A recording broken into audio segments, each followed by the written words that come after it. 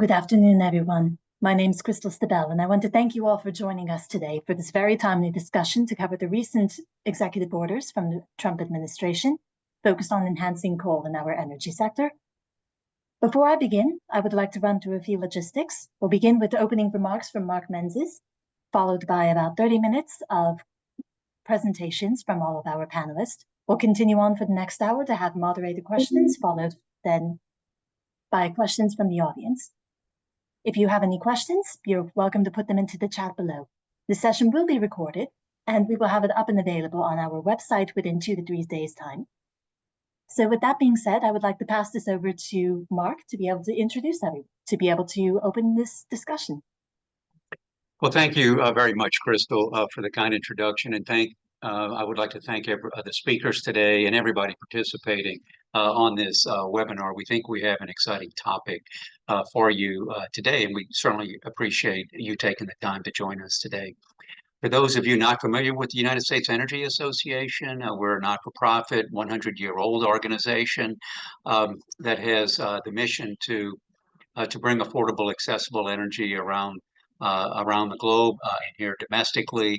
We do that by convening webinars such as today, educational forum, and other activities to where we bring complex and timely topics together with experts, and we put together what we think are very informative and interesting ways to discuss these complex and timely topics in the energy space.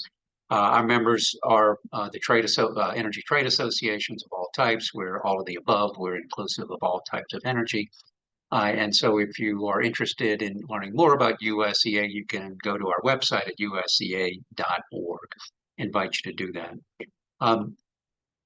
Today we're going to talk about some of the executive orders that have been coming out of the Trump administration, and we're going to focus today really on those that have been touching on coal and fossil energy interests.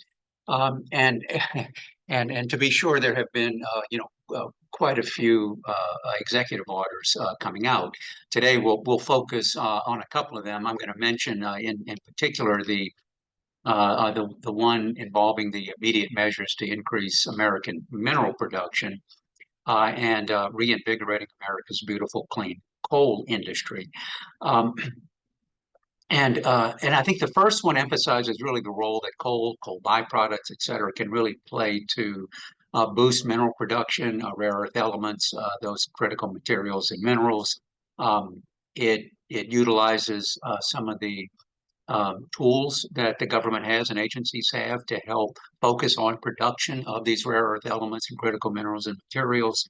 The Defense Production Act, as well as other authorities that the agencies might have. The other one, which is the obvious one of today's topic, is the Reinvigorating America's Beautiful Clean Coal industry. And this identifies coal production, exports as really critical both in the creation of electricity and metallurgical coal, for thermal heat, and for the production of materials for steel and our other industries that are reliant on these sources of feedstock. So it's important both, I think, from the energy and from the industrial materials points of view that this administration shows that it's prioritizing these industries and opportunities for coal. The other point I want to make is, this administration also went on record clearly that energy is ascendant in this administration. They've embraced energy of all types, and the day one emergency of the executive order on declaring, really the energy emergency and wanting to unleash, American sources of energy. That laid the foundation, I think, of what was to come, and we have seen these other executive orders coming out, carrying out that executive order. And the other one I want to point out too, though, is also the one recently issued on strengthening the reliability and security of the electric grid. because I think what this administration does, and if you look at that EO, you'll see that it empowers the agency to do a study to look at reserve margins in our electricity grid, and you will see that I think in doing that, you're going to do an assessment of existing generation facilities, including coal. So an analysis will be done, I think, on some of the dates by which some existing coal facilities might be slated to come off in different regions of the country, looking at expected increase in demand. And so this too will be an opportunity to assess the coal generation fleet and whether or not anything should be taken into account when we're looking at increased demand, where it's coming from, and whether we have reserve margins necessary. And it could be that these units are also included in that. So I also wanted to point that out too, so that within the Department of Energy, Office of Electricity may be working with fossil energy and carbon management, for example, to help do this study. So I wanted to commend listeners to also to look at that. And then finally, I'll just say that I think where all this is headed is sort of taking us back to where maybe Trump wanted to try to position the role of coal in both in the areas of electricity production, but also in thermal heat, and also because of meteorological coal, and also because of critical minerals and materials. Back then, under that Trump administration, there was the Coal First initiative, where actually recognized that there's a lot of products that can be made with carbon. Coal use also was on the ascendancy. Looked at coal as increasing the amount of supply that you'd have on electricity generating units. And so I think that you're going to see this administration lifting restrictions on the use of coal and its products. That coupled together with carbon capture technologies, the use of coal for the production and use of hydrogen, for example. All of these things, I think, are coming back into play that you saw during the first Trump administration. So, gone are the restrictions, back in place or sort of the market opportunities to dictate consumer choice and demand. And so rather than restricting the sources of electricity or critical minerals or materials or the use of the rare earths, et cetera, I think you're going to see really an opening and an encouragement and expansion of those opportunities. So with that, I think it's a very exciting time. I think today's discussion, I think, will be, you'll find it very interesting and rewarding. And with that, Crystal, I'll yield back the balance of my time. And again, thank you for participating in today's webinar. Thank you very much, Mark. And now we'll begin with our opening remarks from our various panelists. And first, we're going to begin with Michelle Bloodworth, President and CEO of America's Power. Michelle? Your mic's off.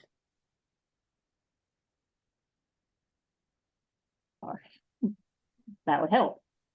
I certainly wanted to thank Mark Menzies and also the entire USEA team for today's webinar, and certainly for all of these who are joining and our esteemed panelists who are going to be on our discussion today.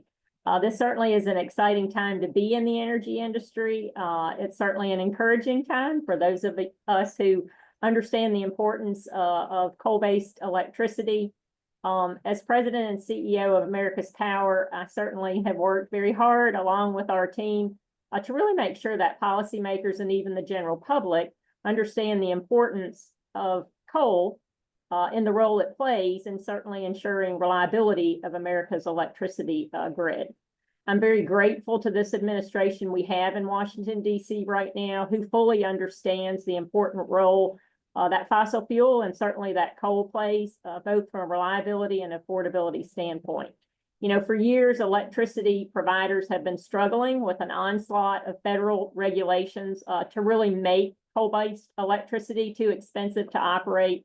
Many of these rules were designed to shut down and to force the closure and premature closure of certainly many plants that are needed. You can't go to a conference without certainly the theme of how are we going to serve increased electricity demand, whether that's from AI, data centers, whether that's from a resurgence in manufacturing, or also as we try to electrify the economy.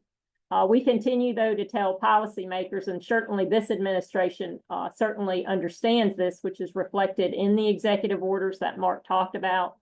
But right now, a third of the coal fleet, about 52,000 megawatts between now and 2030, has publicly announced plans to retire. We hope many of these executive orders and also obviously this EPA to put in place more sensible regulations will delay many of those coal plant retirements.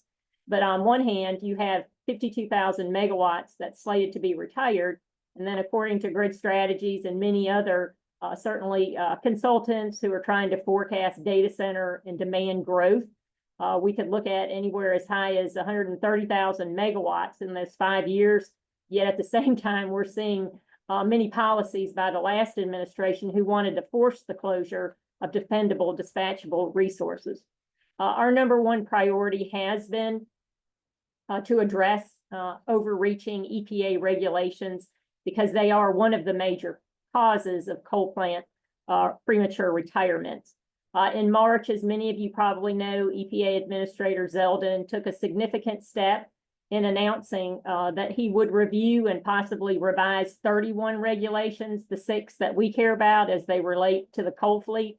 All 6 of those rules are included certainly in Administrator Zeldin's desire to repeal, replace, and revise many of those rules, which certainly is going to benefit consumers. Our understanding is that EPA plans to act very quickly. They do understand certainly the pending reliability crisis that we have. Utilities desire to have certainty as it relates to these environmental regulations. For those of you who may have attended the signing of the 3 executive orders and the MATS proclamation, I'll just say personally and professionally, it was a historic moment for me to be with all of the members who are hardworking Americans. The coal miner who presented, our vice chair, Tony Campbell with East Kentucky Power, really talking about the important role that coal plays, and to have the President of the United States recognize that for many of us in the coal industry was just a significant moment. There were 3 executive orders and there was 1 proclamation. Mark mentioned the executive order that we are the most focused on is the one to ensure the reliability and security of the grid. As Mark mentioned, it does direct the Secretary of Energy to come up with a uniform methodology. We think that's a really good thing as it relates to reliability, identifying reliability risks. But it also directs the Secretary of Energy to identify any generation resources that could be slated to be retired or have announced retirement that are needed for reliability. And he certainly has the authority to retain those resources. He also has the authority, if he deems that there's an emergency, those resources may also not be able to convert to another fuel source. So certainly a lot to come from the Department of Energy and certainly from the administration as it relates to that executive order. The second executive order, as Mark mentioned, certainly deals with removing barriers to domestic coal production, whether that's moratoriums on federal leasing, whether that's the inability to get permits. And so we really do believe that that order, certainly we hope, will bring costs down for coal, which is good for consumers. But certainly we want to make sure, especially as electricity demand is exploding, is that those coal plants and that coal fleet in the United States, when it needs the coal, it certainly has the coal produced and that coal can be delivered, which I'm sure we'll hear more from Emily today. It also ends the so-called energy transition, really compelling agencies to revise regulations and policies that were intended to transition the United States away from coal, including invoking support of coal exports. The third environmental executive order, the last one, really focused on protecting American energy. It's not just coal from state overreach. And so it directs the Attorney General to identify state and local laws and regulations that burden the development and use of domestic energy resources. It really directs her to take action to prevent and to enforce either state laws or civil actions that she determines that are going to be illegal. So collectively, we really do believe that these 3 executive orders and the one that the president declared earlier on a national energy emergency really do bring an end to decades of anti-coal policies, and they really give agencies a mandate to develop, implement, and really enforce pro-resource neutral and also pro-coal policies. America's Power has really made reliability the cornerstone of our advocacy work for the last 3 years. It is very encouraging that we're finally beginning to see results, both from a state level and also nationally. And certainly these 4 executive orders really show you that this administration understands the severe reliability challenges we face. And it really is a complete reversal in our government's approach to coal. I really do believe this could be a golden age for electricity and technology progress, but only if we can generate enough electricity. I'm certainly optimistic that we can solve this problem because I believe we need coal now, and we certainly need it even more in the future. So I appreciate this opportunity and look forward to the discussion. Thanks, Crystal. Thank you, Michelle. And next, I would like to welcome Emily Regis, the president of the National Coal Transportation Association. Yes, thank you. Good morning or good afternoon, where some of you might be. So I want to thank you for having me speak here today. I am president of the National Coal Transportation Association and also president of the Freight Rail Customer Alliance. And both of these national organizations are made up of shippers of coal and other commodities, all involved in the electric power supply chain. And my day job is as field services manager for Arizona Electric Power Cooperative. And this is a member-owned generation and transmission cooperative located in southeastern Arizona. And this is where I've been handling the coal supply and rail transportation for our power plant, Apache Station, for the last 25 years. So having worked in the industry for a long time, I've seen a lot of ups and downs. Increasing environmental regulations, ongoing uncertainty, and this has all made our jobs more challenging. After hearing about these recent executive orders on coal from the White House, I have to say we've really been enjoying the moment. It's really been a long time since we've heard anything positive from our government officials about coal, an industry that's provided so much safe, reliable energy and prosperity for the country for over 100 years. Ironically, many utilities were required by the federal government to retrofit and build units to burn coal back in the 1970s during the oil embargoes. So while the rollback of regulatory constraints to encourage increased coal output is encouraging, those of us who work daily in the industry are feeling somewhat cautiously optimistic about any dramatic revival for coal. Interestingly, coal usage has not slowed down around the globe and has actually been setting records in terms of demand and production. But here in the United States, as you know, coal's been on a downward trajectory for more than the last 10 years, and that's because of new regulations and green energy mandates from the former administration. So many utilities have already been on a path to retire coal plants. So with the reduction in coal-fired generation and the growing demand for energy from things like AI and electric vehicles and new data centers, as Michelle mentioned earlier, and this has begun to threaten the reliability of the grid. Also, with increasing amounts of solar energy, grid operators have been starting to see that the energy shortfalls, particularly in the wintertime. So this effect has been so severe in some parts of the US that there's many companies that have already decided to delay their coal plant retirements or cancel retirements altogether in order to maintain the reliability that coal provides. So we in the coal industry wonder if a green energy transition is even possible at the current projected timeline.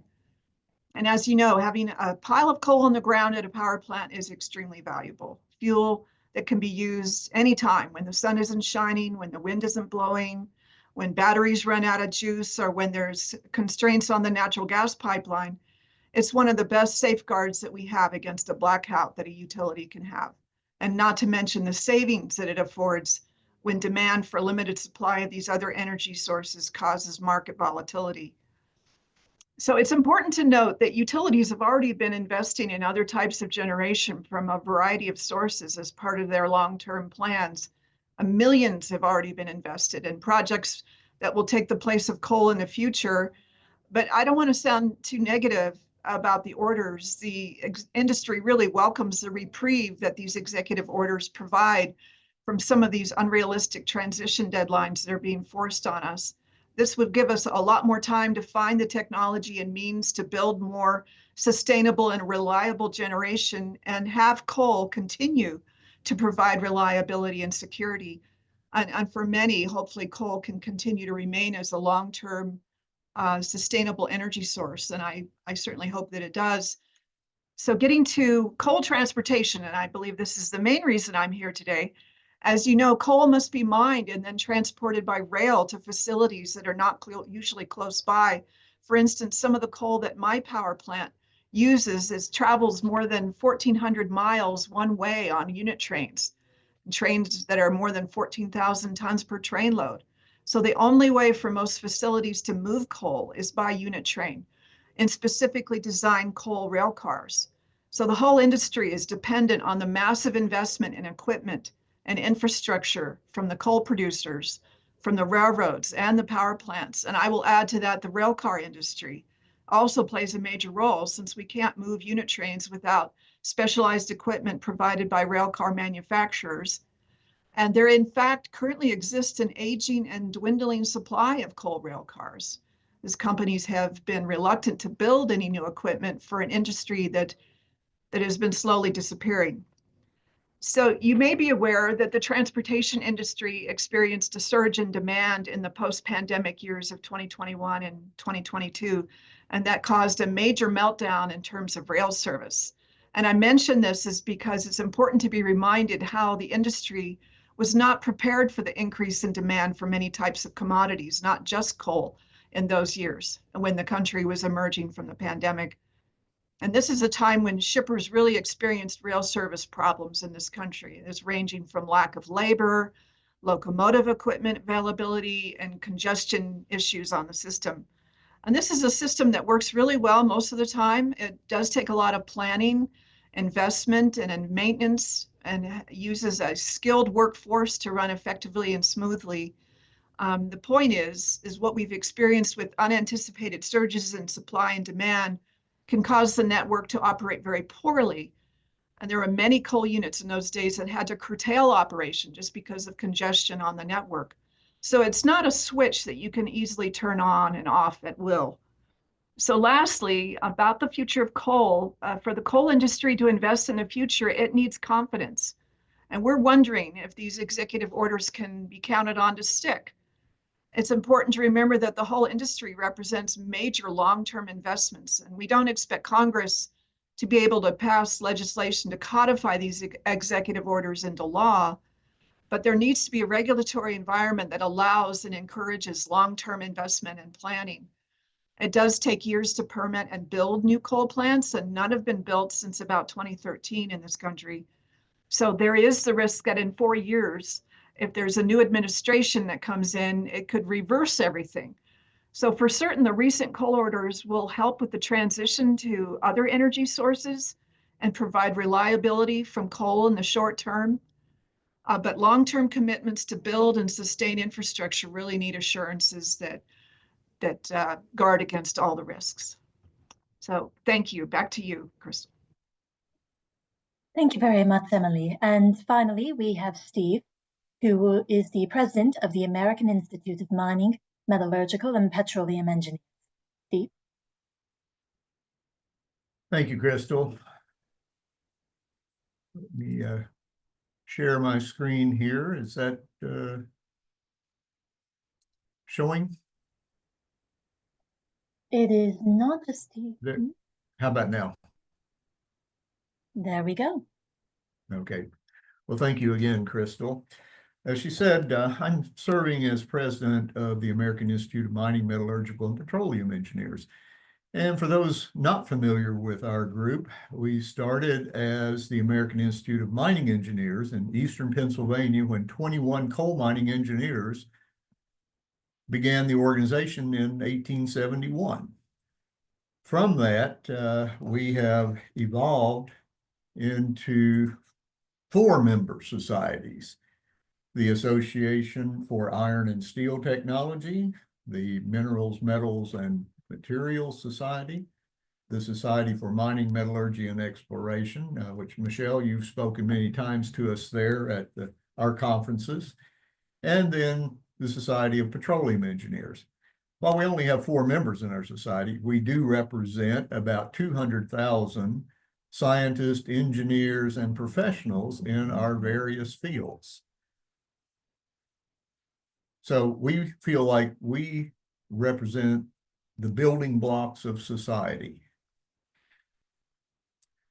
So this opportunity to do this webinar gave me an opportunity to reflect back on my career, which I am in my 50th year since going to work for the old Bethlehem Steel in Eastern Kentucky.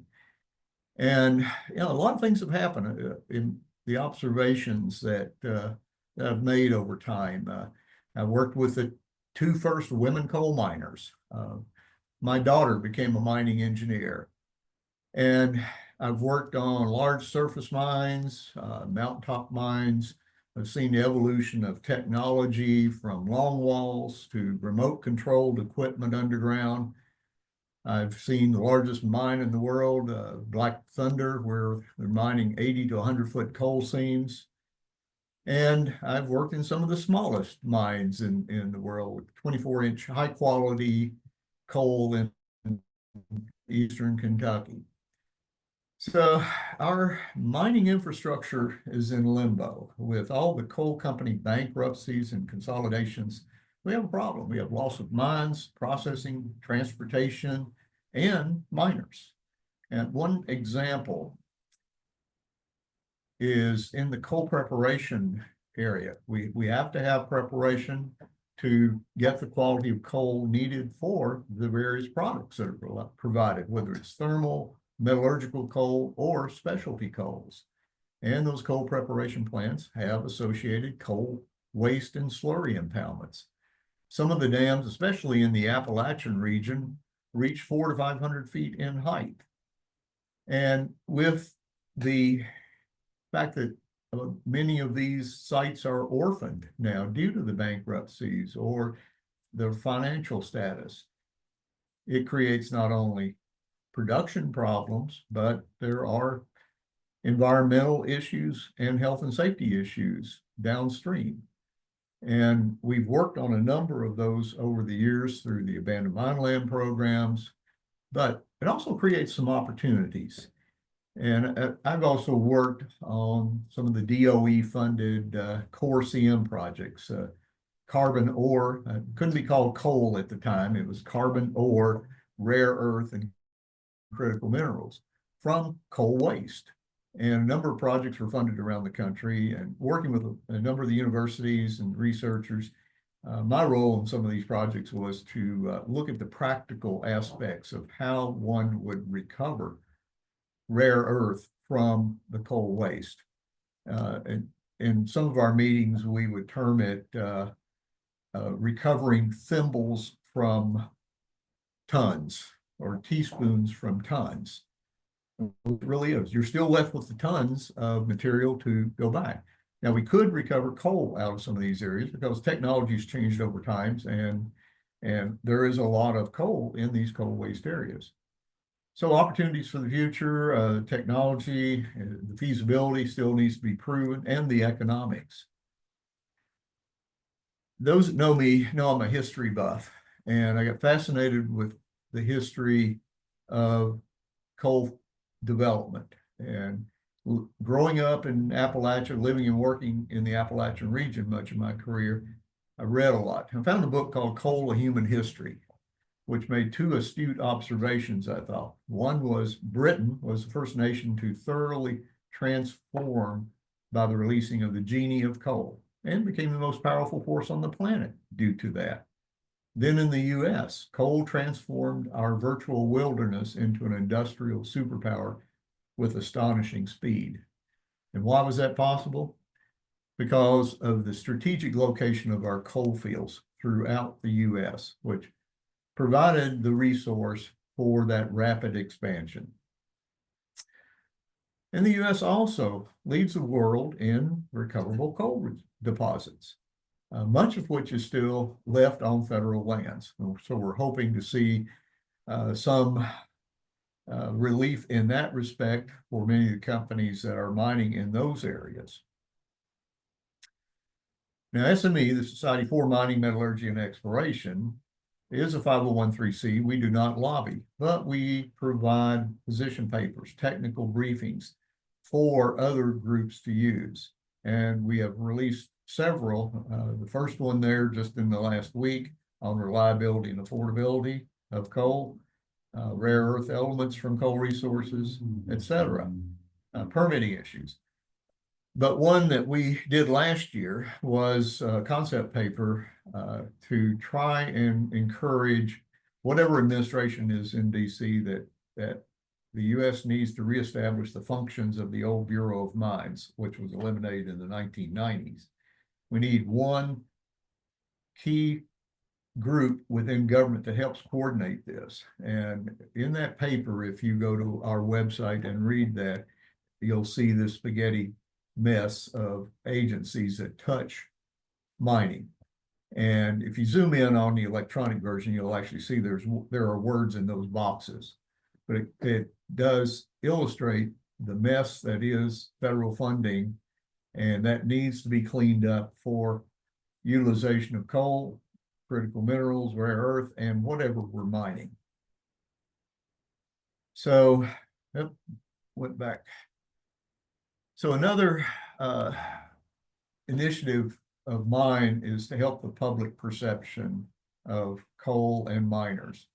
And in my experience, the public still sees coal miners in this light. But the modern faces of coal are quite different. And to sum all of this up, I'll use a quote from a good friend, fellow engineer and coal miner, Rusty Justice, who is an entrepreneur and a tech entrepreneur. But he says, a coal miner is just a tech worker who gets dirty. So with that, I look forward to the rest of our discussion, and I'll stop sharing my screen so that we can move on. Wonderful. Well, thank you, Stephen. Thank you all for your remarks. You all had a lot of interesting things that I would like to be able to touch more upon. And I would first like to start with Michelle. I'm curious to know, what does the executive order mean for coal's role in the U.S. power sector moving forward? Will more coal be burned by electricity generation? Thanks, Crystal. That's a great question. And I wanted to, I should have said this in the beginning, but for those of you who may not be familiar with America's Power, we're the only national trade association who's solely focused on coal electricity. And our members consist of electricity generators, coal producers, transportation companies, and also equipment manufacturers. Now back to the question. As I mentioned, we certainly have been sounding the alarm about certainly the reliability risk associated with the massive amount of coal retirements that have been taking place and those that have announced over the next 5 years. And so we really believe that the only way, and certainly this administration wants to win the AI technology race. I personally think it is something the United States needs to win that race. It's good for all of us. We don't see how you can serve that demand without coal. Certainly, we're going to need all the existing generation that we have. We're going to need to add new generation, but we've got interconnection queues clogged. You know, we have, as it relates to natural gas, whether that's CT, combined cycle unit, we've got a lot of supply chain issues. You know, many of the members that I represent, if you weren't in the queue to get a natural gas combined cycle, even last year, it may be 6 to 8 years. Obviously, there's a lot of issues, and there's already inadequate pipeline infrastructure. I also think that as you look at, you know, the recent auctions, both in PJM and MISO, those grid operators house the largest coal fleet in the United States. You know, with certainly PJM's prices increasing tenfold. MISO's just released their results on Monday. Their results, prices have increased compared to last year 22-fold. And that's what that's telling you is that there is a shortage of capacity supply. And again, as MISO and others continue to say, if we're going to serve 24/7 AI data centers and manufacturing, we're going to need baseload power resources, dispatchable resources, which obviously those resources that are dependent on the weather are not going to be able to provide those attributes and that amount of capacity that's going to be needed. And so we do believe, obviously, with these executive orders and certainly the warnings by the grid operators, state utility commissioners across the United States, that we are going to see delays in coal plant retirements. Certainly that would mean an increase in coal burn. That will also be dependent on market conditions as well. But if those coal units continue to remain and we see demand continuing to increase, we also have been telling this administration, whether that's DOE, the White House, EPA, Department of Interior, that it's one thing to prevent the retirement of a coal plant. That's a good thing, to avoid a premature coal retirement. But in order to keep that coal supply chain healthy, those coal plants have to run. Natural gas, coal, nuclear, they were designed to run as base load resources. That's where they're the most efficient. And so we would also expect policies in this administration looking at what reforms need to be made in order to keep supply chains of all fossil fuels healthy. Thank you. Thank you, Michelle. Very interesting to hear. But now I would like to transfer over to Emily. So, given everything going on, how are investors, utilities, and regulators responding to efforts to expand coal production? Well, I'm not sure that that's happening just yet. I mean, I think we're still absorbing the new information. And as I mentioned before, coal has just been on this downward trajectory with a transition to other sources in the works, and millions have already been spent on that, as Michelle mentioned. Getting a hold of these gas plants and building those, that's already in the works and already happening. I think what we're really focused on is now we have the ability to keep coal longer.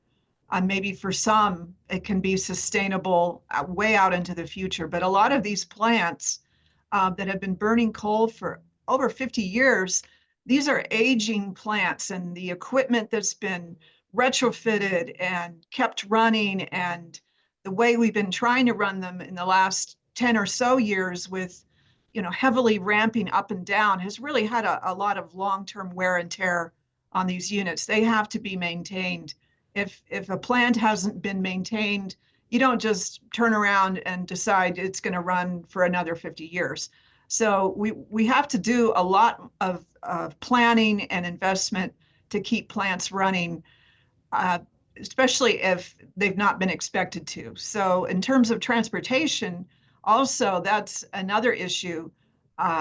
If there is going to be higher demands of coal, higher volumes of coal moving, how do we work with the producers and the transportation carriers to make that happen? Because that has been also shrinking over the last decade or so. So I think all of these are kind of moving targets for the industry. Again, I mentioned earlier, we would like to see some assurances that the investment that we're going to put forward is not going to be stranded in the future and that we're going to be forced to go another direction. Well, following up on that, Emily, I'm curious. So, do current U.S. transportation and logistical infrastructure have the capacity to handle this potential uptick in coal volume? I remember from your presentation earlier, you relayed some of your concerns, and what do you think would need to be done to accommodate for this? Well, yes, the whole transportation infrastructure is designed for high volume. It always has been. I mean, they move a massive amount of commodities and products every day. Coal used to be probably more than half of the revenue for most of the Class 1 carriers. That's been shrinking to less than a quarter over the last decade or so. I think there's some thought that these recent tariffs may limit some products from moving, especially imports, and that definitely should free up a lot of the rails to move more coal if there is demand for coal. Again, it takes a long time for planning and investment for the rail, for the coal producers to ramp up even and produce coal for the demand. again, not like a switch that you turn on and off, but I think the railroads would welcome more volume from coal. I mean, it's certainly been a big, if you want to call it bread and butter for the rail carriers for a long, long time. They would be certainly welcoming higher volumes of coal traffic. And I think there's room to add that at this time, but how far out in the future is that going to be sustained if things change? So again, that's another a speculative approach. The industry itself doesn't speculate.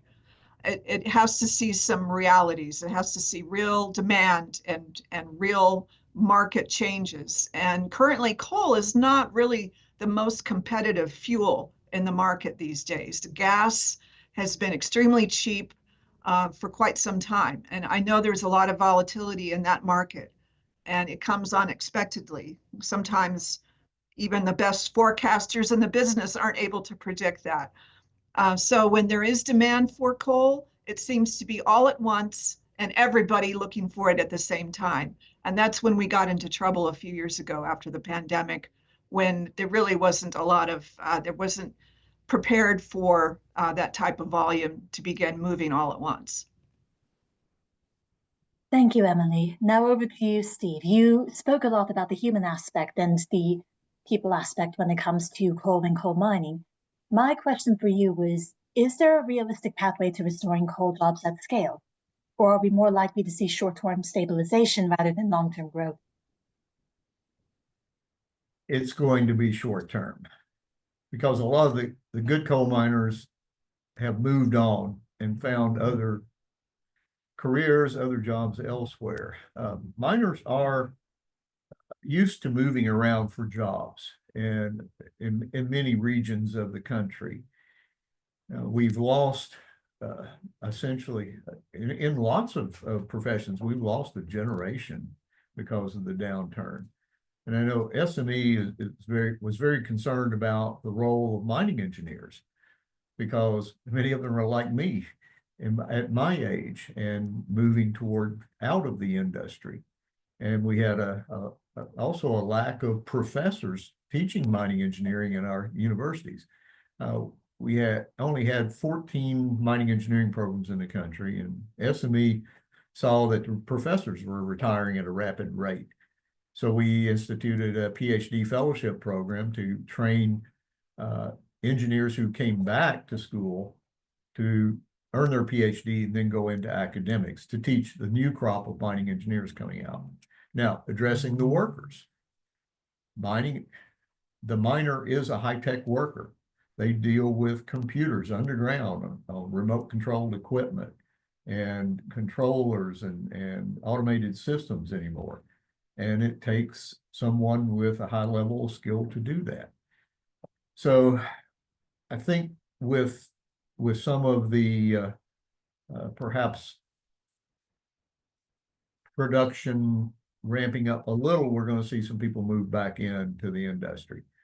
But unfortunately, I think it's going to be a short term for right now. I'd like to see it be a more long term, but that will depend on other actions that we see within the regulatory framework. Well, then what I would be interested to ask you then is, from a policy standpoint, what are the most immediate and as well long-term effects of the executive order on this coal industry? I think the effects we're going to see right away is the mines that are running will ramp up a little bit to meet whatever production that utilities need. Now, another factor that comes into play is we have a lot of coal from the Appalachian region moving into the metallurgical markets and a lot into export. What are the tariffs going to do to that market for coal? And we also have the regulatory issues that will filter down, and someone mentioned earlier how are states going to react to permitting and conforming with the executive orders. We have mixed administrations, like in Kentucky, Republican-dominated legislature, Democrat administration. And there's been conflicts within the state on permitting issues.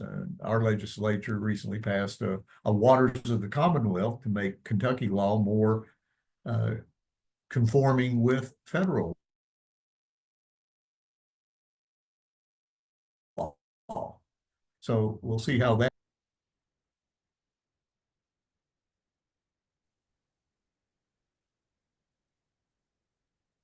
Did we lose them? You're muted. Nope, we can hear you perfectly well. Well, I would like to pivot back over to Michelle then. My question for you is, how do you believe the executive order will make coal more competitive, especially compared to other resources like natural gas? Well, I think what it is, because it's sending more of an urgent need to really make sure before any dispatchable resources, any coal resources are retired, that obviously that is not going to increase the risk to reliability. And so the fact that the Department of Energy is going to use its authority under the National Energy Emergency and also 202C of the Federal Power Act, we fully expect that there are a lot of coal units, you know, in NERC's long-term reliability assessment, the North American Electric Reliability Corporation. In December of this year, they basically said that 50% of the country in the next 5 years is at risk of blackouts. Again, if you're going to have electricity demand doubling in less than a year, then you still need those coal plants for the foreseeable future. Most of the utilities that we talk to, because the major driver of these retirements, because of the billions of dollars of cost, on top of the $70 billion that companies like Emily and others have already made in advanced environmental pollution controls. These coal plants are very well controlled. People have invested and put a lot of money in them.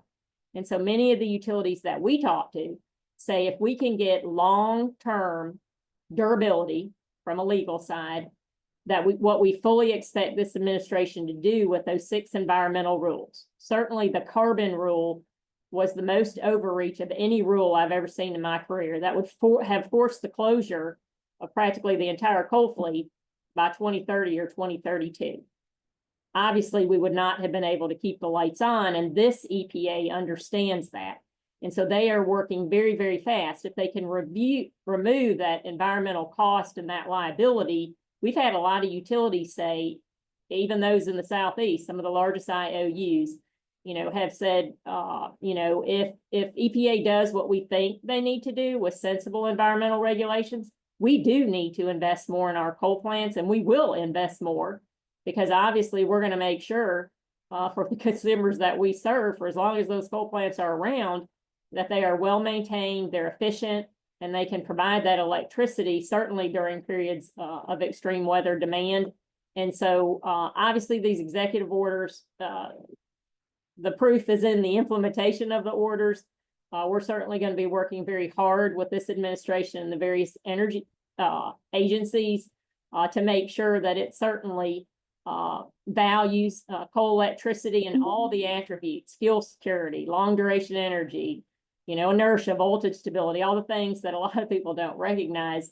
The coal fleet continues to provide those. Coal plants are very economic. What's been making them uneconomic is certainly overreaching, very onerous EPA regulations. Thank you, Michelle. And another question that was brought up during our correspondence, which I found very interesting, was how do you think Administrator Zeldin's announcement to review Rule 31, review 31 rules, will help ensure the reliability of the grid? Yeah, as I mentioned, certainly the haste and the speed in which this EPA wants to work, they certainly are working very hard as it relates to 6 environmental regulations. We certainly have been encouraging them to repeal the carbon rule immediately, which we hope to see forthcoming soon. There are many of those 6 rules that are in various stages of litigation, but EPA fully intends to review all of those 6 EPA regulations. They hope to have that done certainly by the end of this year, which we think certainly is a lofty goal, but we encourage them and certainly will provide whatever support is needed. But again, many utilities, we've seen 19 states, utilities in 19 states in the last 2 years delayed 28,000 megawatts of coal retirements. So you got 19 utilities across 19 states. And the reasons they're citing is because of reliability and exploding electricity demand. We expect to see many more of those because, again, utilities, and it's not their fault, they have totally underestimated, certainly, electricity demand growth. Thank you, Michelle. Steve, I'd like to jump back over to you. I have a question when it comes to carbon capture and storage. What role, if any, do you see for coal coupled with carbon capture and storage in the future with U.S. energy needs and emission targets? When I had the opportunity to look at carbon capture back in the 90s and early 2000s, it's going to be a very expensive prospect. There's many factors that come into play. It is possible, but it's going to take time to build the infrastructure for the carbon capture, whether it's deep well injection, building CO2 pipelines to oil fields for enhanced oil recovery. There are many proposals out there, but the answer is like many other things. It all depends on, can the market sustain and can we effectively do the carbon capture? Technology is there. It's going to take some time to implement.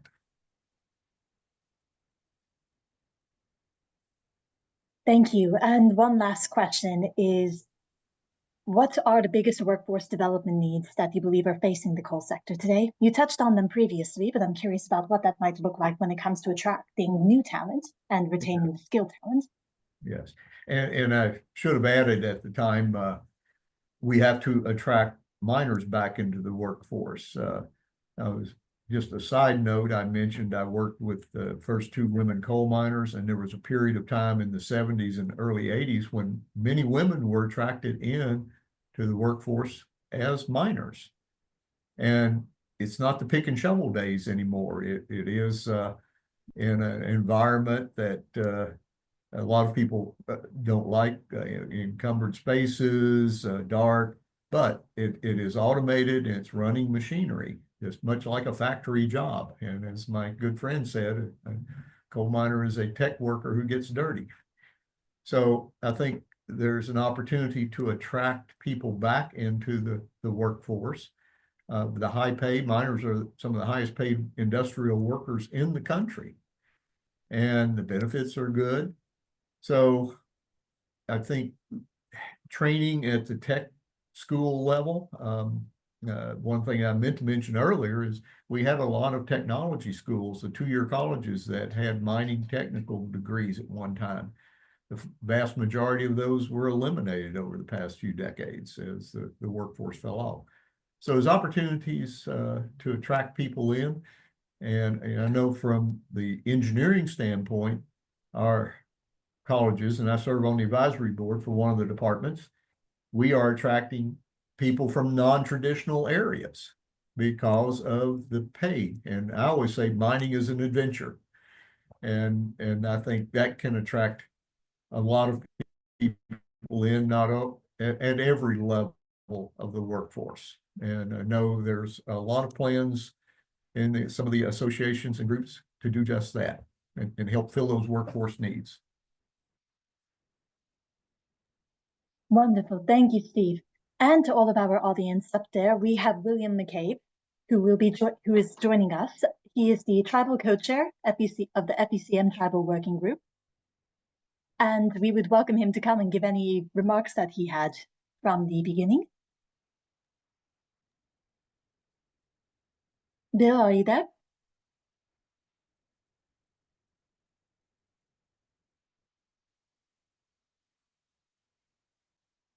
Hi there, Bill. Are you able to speak at the moment?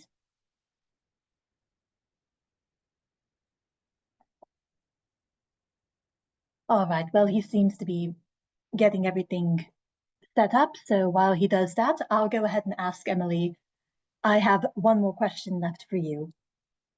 So to what extent do transportation bottlenecks or regulatory constraints limit the executive order's ability to meaningfully boost coal deliveries to power plants or to export terminals? Yes, thank you, Crystal.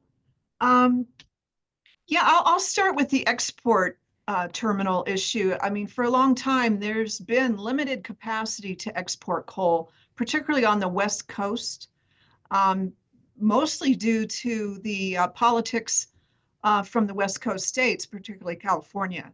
I mean, some of these states don't even want coal to move through the state to an export terminal.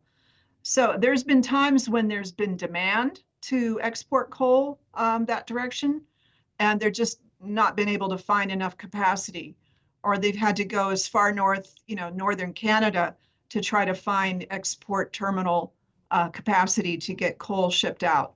So that's already a limitation. If there's some way we can level that playing field, that could open up a lot of the market to get coal moving more directions. I know it moves fairly well off the East Coast, but that has been an ongoing challenge for many, many years for particularly the Western coal shippers and rail carriers. As far as boosting coal deliveries, I think it comes down again to market demand. You're not going to have a coal producer ramping up production just waiting for someone to come and buy it.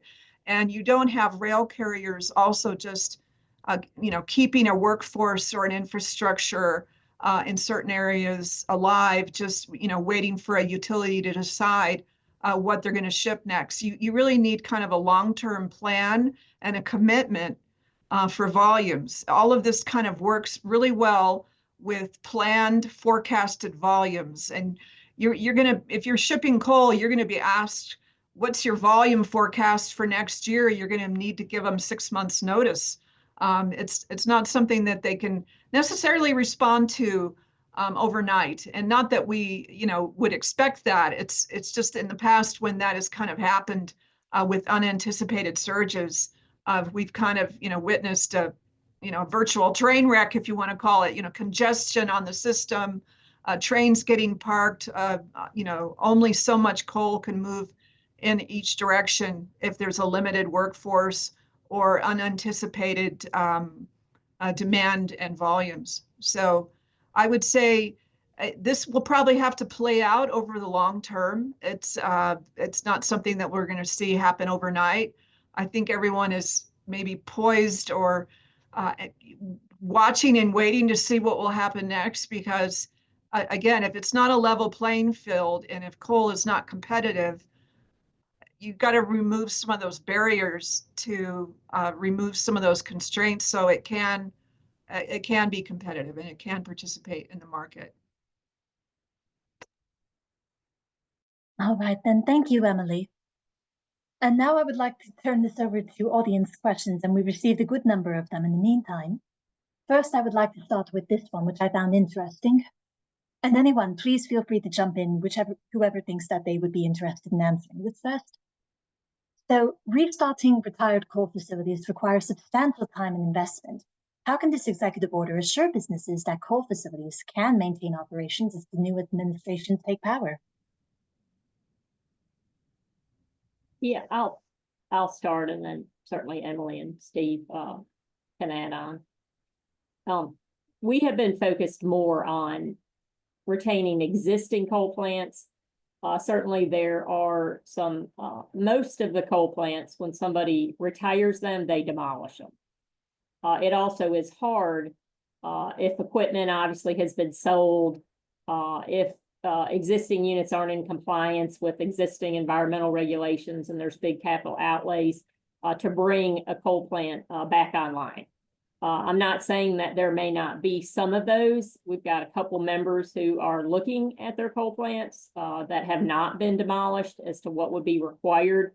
Again, and those are coal plants that are in the heart of areas that are seeing tremendous electricity demand growth, primarily by data centers.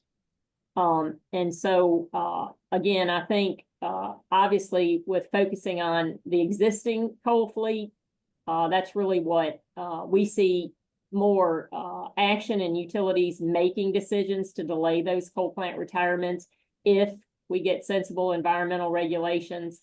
Certainly, if we have market reforms And also, we do expect for the Secretary of Energy to use his energy authority to make sure we retain those units. Those units are compensated and they run as long as they are needed to maintain reliability. And some of also the things that Emily's also said. Thank you, Michelle. And I would like to be able to turn this over. And Bill, let's try this one more time. Are you able to speak at the moment? Yes, Crystal, can you hear me? Wonderful. Everyone, I would like to welcome Will McCabe, who is the tribal co-chair of the FECM Tribal Working Group. Now, Bill, if you want to go ahead and we can give you some time for your remarks. Okay, thank you, Crystal. And I apologize to the group. I was on the Zoom and apparently my microphone is disabled on this phone, so I just called in. Anyway, good afternoon.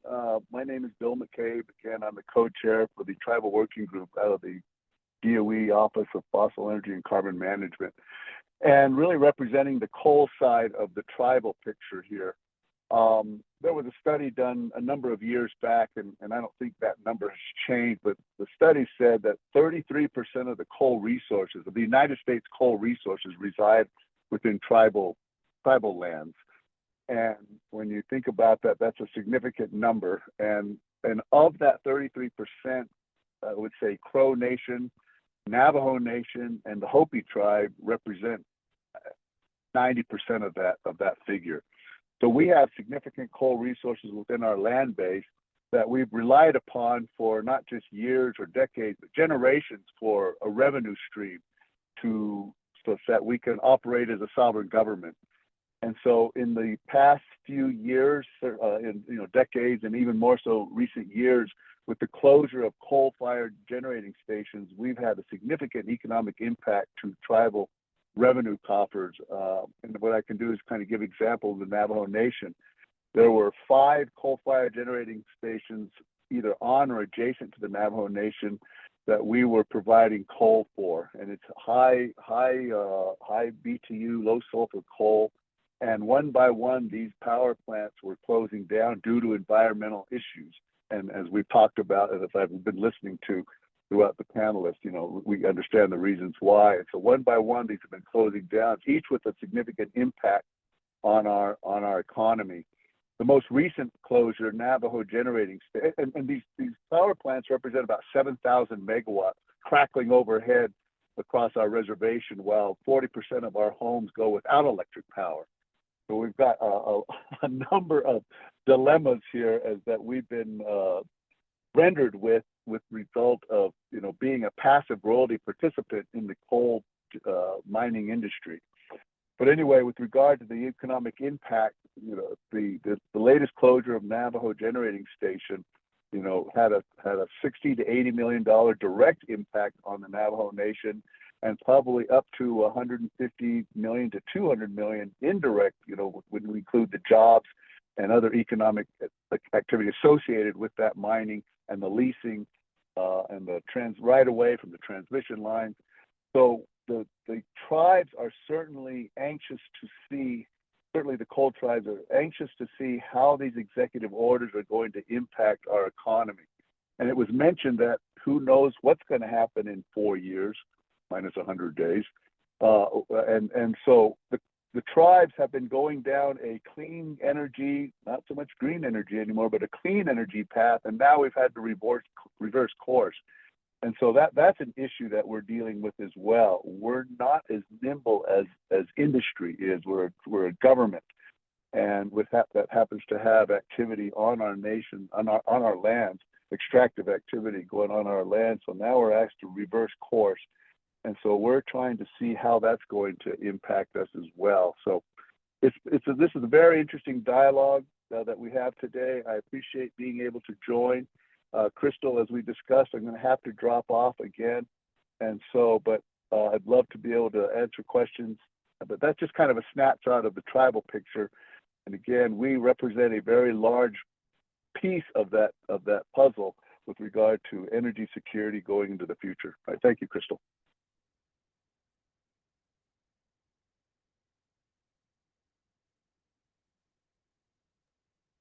You're on mute, Crystal. Well, I had to do that during one of these webinars at least. Well, Bill, we understand that you have to get going, and thank you very much for taking the time to speak with us, despite all the technical issues Thank that you. you faced. All right then. Well, I would like to return to some of the audience questions, which we have been receiving more and more of. So another one I'm curious here, and perhaps Steve, you'd be able to answer or address this at least. What about minor health programs? Are we expecting to see any funding restored to those types of programs? We hope so. There have been some issues with NIOSH, the National Institute of Occupational Safety and Health, which resides in CDC.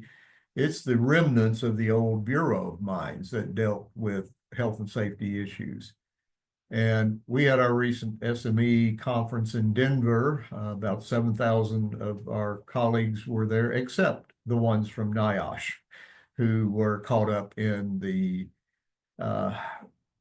orders not to travel at that time. And many of them were supposed to speak on those very research topics. There's a lot of research money. And that, as I said in my opening remarks, the SME sees that reestablishing the functions of the old Bureau of Mines, which includes health and safety research, is very important to the industry overall. Thank you very much, Steve. Another question we have here is, how will new gas demand from U.S. LNG exports affect U.S. power sector demand for coal? If anyone's interested, I please, think I Emily. can respond a little bit to that. Definitely when you see changes in the market for gas, it influences coal.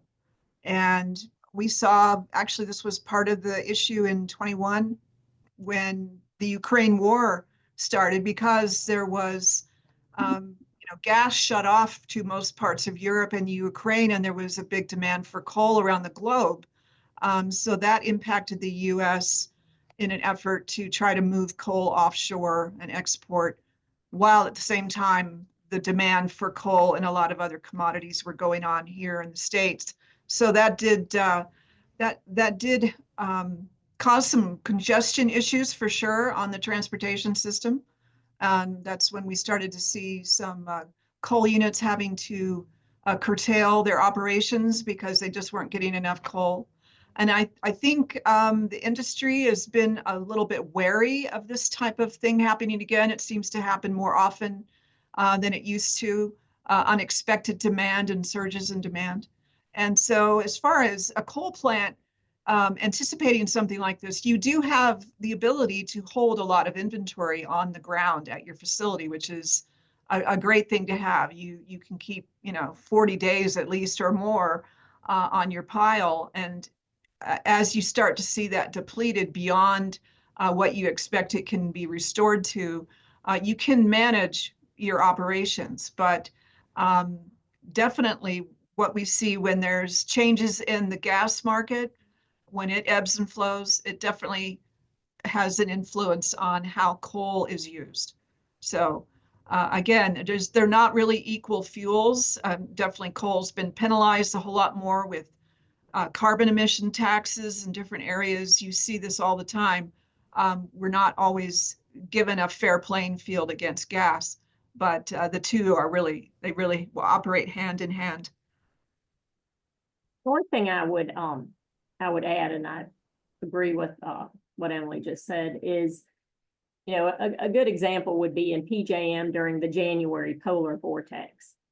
Coal and natural gas provided probably over 85% of the incremental electricity demand, obviously when it was the coldest winter day in January. But we also did some analysis. We hired Energy Ventures Analysis, who looked at, how much higher would have electricity prices been without the coal fleet, the megawatts of coal that reside in PJM, which is one of the largest grid operators in the United States.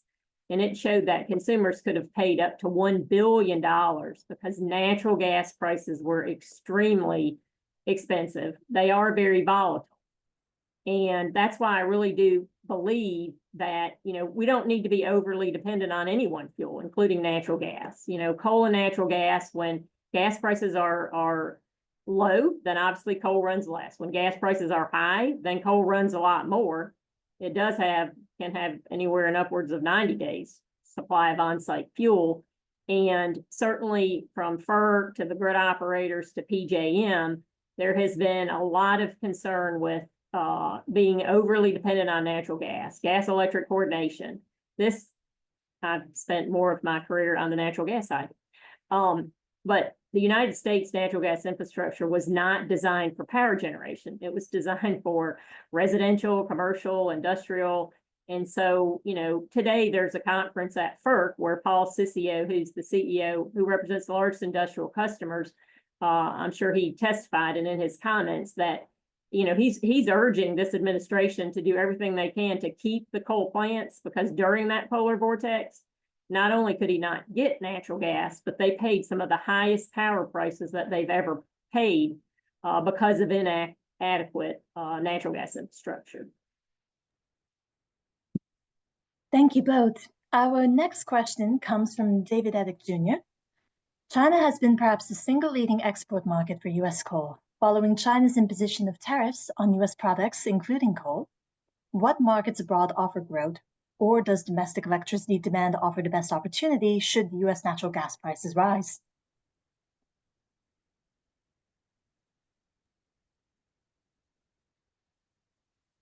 Well, let me start with that, and then please jump in, everyone else.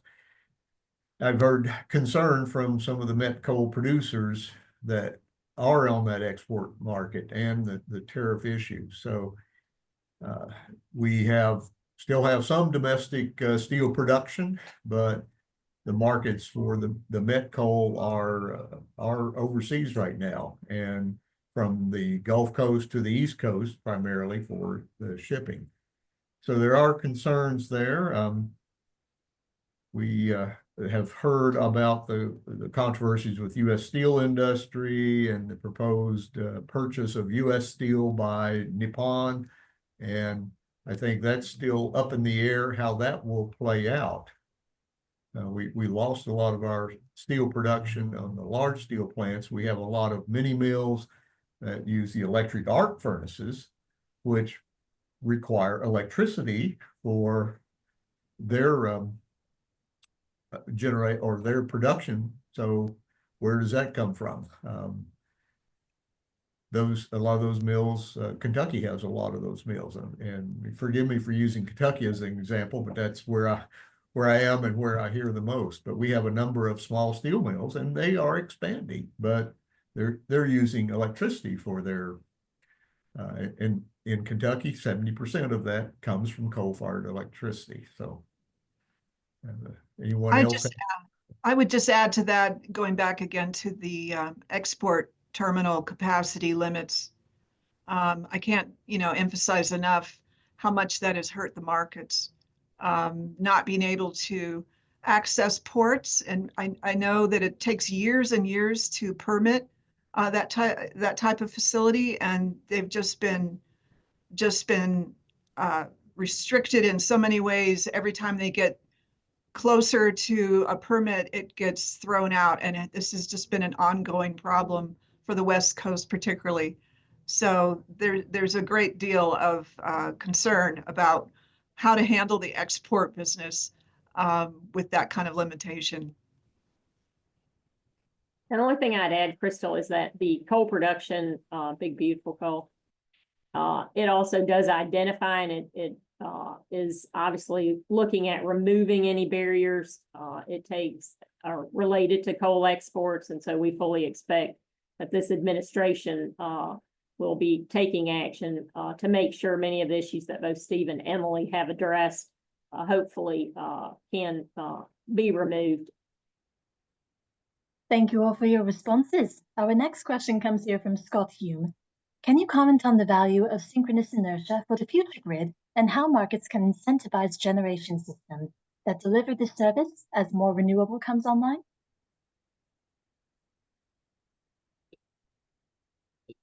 I'm sorry, could you repeat the question? What is this? A synchronous what? Inertia. Yes, happy to relay that again. Can you comment on the value of synchronous inertia for the future grid and how markets can incentivize generation systems that deliver the service as more renewables come online? So I'll start.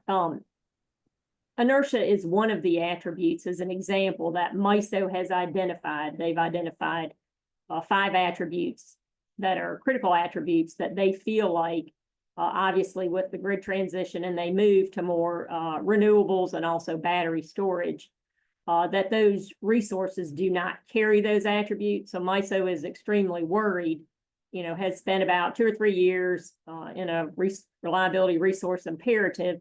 They've probably done more work than any other grid operator to really look at identifying those resources. Inertia being one of those, and certainly one that the coal fleet provides, because those large rotating mass pieces of equipment, there are not a lot of other resources outside of baseload resources that provide inertia, which is very much needed to maintain stability of the grid. What we have been advocating with MISO and also at FERC is we think that they need to value explicitly those 5 or 6 reliability attributes. Another one is fuel security. Another one is voltage stability. And so that's what we hope, certainly with these executive orders, will call attention. FERC is also having a technical conference on reliability and resource adequacy in June. We certainly plan to bring that needed market reform forward, but it is a very critical attribute and one certainly that is going to keep our lights on. Thank you, Michelle. The next question here comes from David Edgig as well. So when it comes to this new era of coal, how is it that issues such as coal waste are going to be managed and addressed? Well, I can offer that coal waste, and I'm assuming we're talking about fly ash or bottom ash from burning coal, that there is already a large industry and market for this product for beneficial use. Fly ash is something that's been used for many, many years in construction materials, concrete. They can't get enough of this stuff, actually, highways, buildings. And this is a very large industry that pretty much takes all of the coal waste and uses it in products that we use every day. So I don't know that there's a concern how to manage maybe an increase in this product. I think there's a demand for it already. In fact, there's an effort and market already to take coal ash out of the ground where it's been stored and try to find ways to utilize it as well. And if I can, Go ahead. Go ahead, Michelle.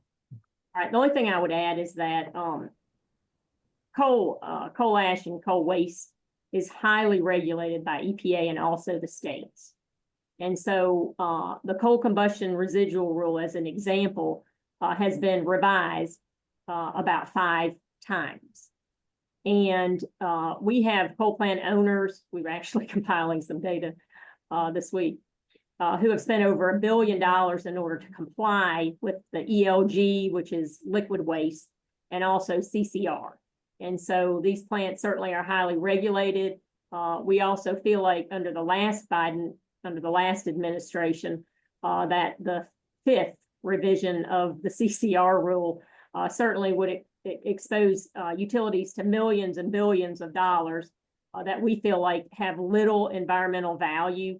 And we fully hope and expect this administration to address that.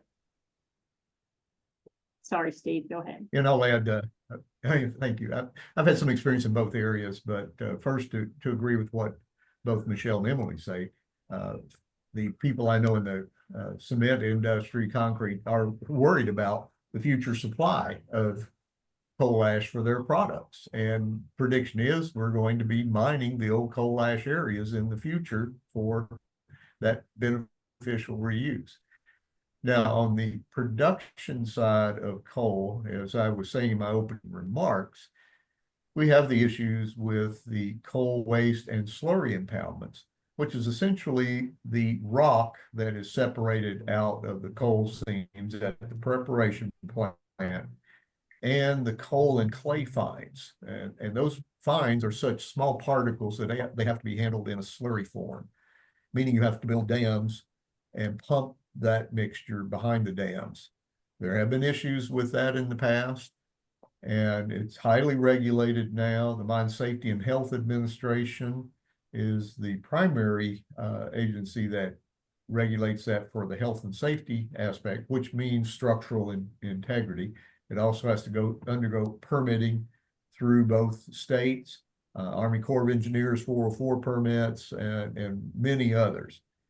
But we have a number of those that are idled, and some are orphaned by bankruptcy. But once you build one of those things, they're around. I've worked on one for 50 plus years now. First year of my career, I built the initial starter embankment, and that one is still active today. Those have long lives, and they are investments for the future and an asset actually for restarting some of the mining operations that we hope will happen in the future. I hope that answered the question from two different angles: the plant, the power plant, and the mine.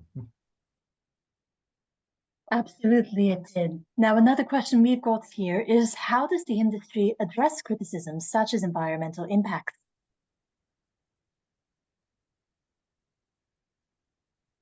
All right, I'll start.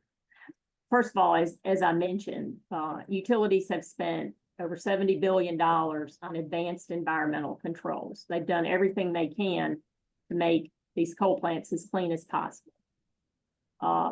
We do have several members, 4 or 5, who have been pursuing carbon capture and storage projects. But obviously those projects take time, and they also require a significant investment. Certainly there's a lot of incentives that have been given to other resources, nuclear, also to renewables. And so certainly with sustained investment and time, we support certainly all advanced coal technologies. We also think it's important for people and policymakers to understand the reason why it's so important to keep the existing coal fleet is because we have to maintain the health of the coal supply chain if we do want to even export advanced coal technologies. You know, and a lot of people ask me, you know, as a trade-off between reliability and sustainability and affordability. Obviously, there's always been a 3-legged stool, but in my opinion, we have to put dependable power and reliability first, because electricity may be less than 10% of the economy, but without it, nothing else works. We all saw what happened in ERCOT when billions and billions, we had a blackout and lives are lost. It doesn't mean that we don't all need to support and work toward clean energy, but we have got to put reliability first.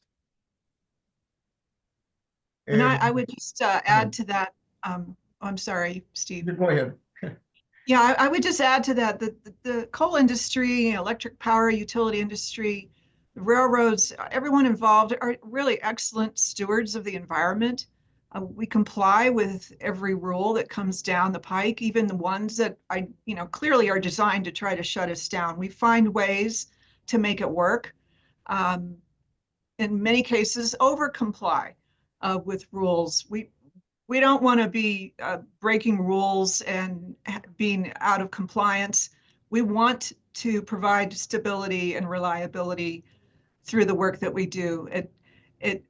Unfortunately, the industry gets a bad name because it's coal, because coal is dirty, because obviously it has its inherent qualities. But this whole industry has really worked so hard for decades to try to make the facilities that they work in comply and to operate efficiently and abide by the rules, and would continue to do so no matter what. And Crystal, I will add from the mining standpoint, I came into this industry 50 years ago, my first job was to deal with some of the environmental regulations that were being imposed on mining at that time, both on water discharges, both and on the coal waste areas, coal slurry impoundments. And I've lived with those regulatory problems and finding solutions for new regulations every time they come out. And I'll just say we've learned from the lessons of the past.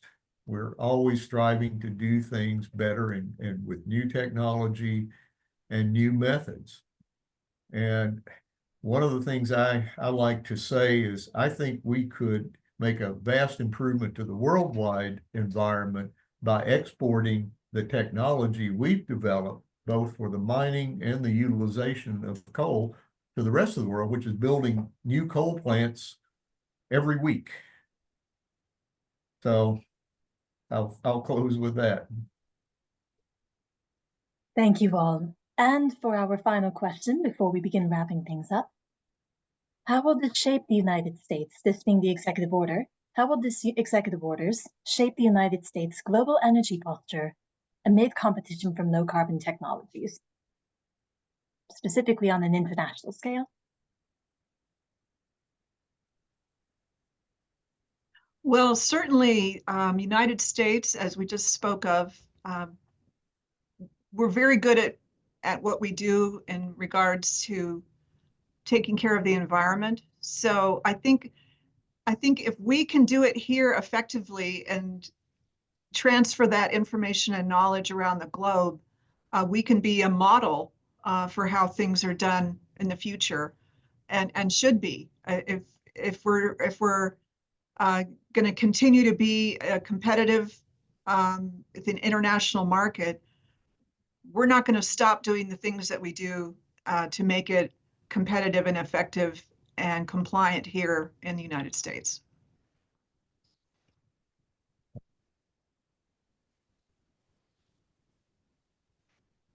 All right then. Well, you were going to say something, Steve? Oh, I was just going to say, reiterate what I said in my last comment. I think exporting our mining and utilization technology will help with the world environment. The rest of the world we know has lower, or much of the world has lower environmental standards than the US. And the only thing I'd add, Crystal, is just certainly agree with everything Steve and Emily said, is as Steve mentioned, I mean, they are building more coal plants every year than the entire US coal fleet, the existing US coal fleet. And so certainly they want reliable and affordable and resilient power. And so if we're going to win this AI race, we certainly need all resources, including coal, if we want to be a global energy leader. Wonderful. Well, with that last question right there, first of all, I would like to thank everyone for taking the time, all of the panelists for taking their time to be able to come and speak and provide so much insight to our audience. It's definitely well received. Secondly, I want to thank the audience for being able to come and listen to what we have to say. This session has been recorded and it will be available on our website within 2 days to view. And finally, I would like to be able to announce to everyone that we do have our next webinar coming up. We will be announcing it to be on May 20th, Unlocking the Hidden Value of Coal Waste, Critical Minerals, Recovery and Extraction. That will be taking place in about 1 month's time. And if you're interested to register, you can find more details on our website. Again, thank you very much, everyone, and I hope you all have a good day. Goodbye.